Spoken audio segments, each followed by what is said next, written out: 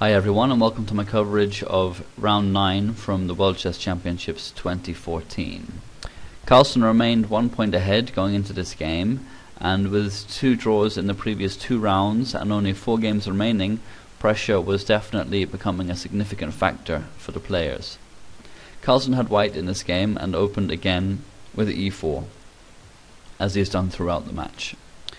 Anand answered with e5, sticking with the Roy Lopez after his loss in game 6 with the Sicilian. So knight f3, knight c6, bishop b5, and now knight f6. Again going into the Berlin variation. And we saw the main line after Carlsen castled.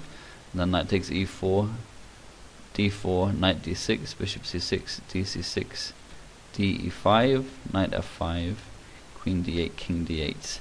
And this game followed game 7 until after h3, king e8, knight c3, h5.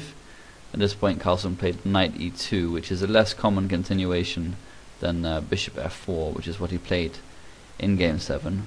Both lines are quite drawish though, and Anand continued with b6, which seemed to be part of his preparation because he didn't explain the reasoning behind the moves that followed this during the press conference when he was asked about it. In particular, after rook d1 he played bishop a6, attacking the knight, and only after knight f4 settling the bishop on b7. And when asked about this he wouldn't explain further, so I mean you can only infer from that it's part of his preparation or something along those lines. And at this point Carlsen continued with one of white's attacking ideas in the Berlin, e6. And Anand answered with the standard response, bishop d6, because this move has given the bishop the square. And at this point, to the dismay of the spectators, the game now continued with e takes f7 check, and after king takes f7, knight g5 check. And king f6 on white's best play is to take the perpetual because he has nothing else.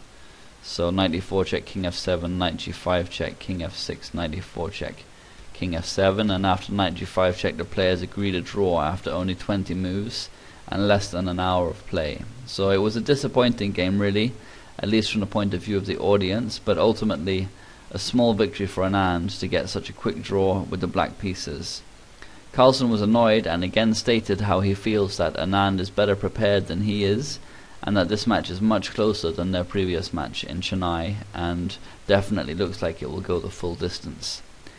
Anand was a little bit testy at times in the press conference, and as I said, it's clear that the pressure of the match and the fact that it's now entering its final stages is affecting the players.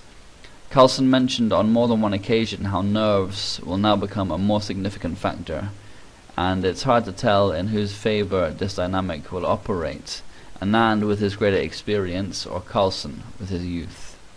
With fewer games remaining, each one becomes more and more significant, and Anand now has 2 chances with white in the 3 remaining games. Tomorrow's game will be crucial. The pressure is on, and a win for Anand would put a serious spanner in the works as far as the match is concerned, and the level of the pressure. On the other hand, a win for Carlsen would virtually end the match on the spot, with Anand needing 2 out of 2 in the last 2 rounds. So this is why the pressure is getting to boiling point, and it will be very interesting to see how the match unfolds tomorrow, how the game is played, which openings they choose, whether Anand will go for e4 or what will happen. So hopefully they'll play a longer and more interesting game too. In any case, I'll post a video tomorrow evening taking a closer look at it. So I hope you enjoyed this analysis. Please leave any comments or thoughts.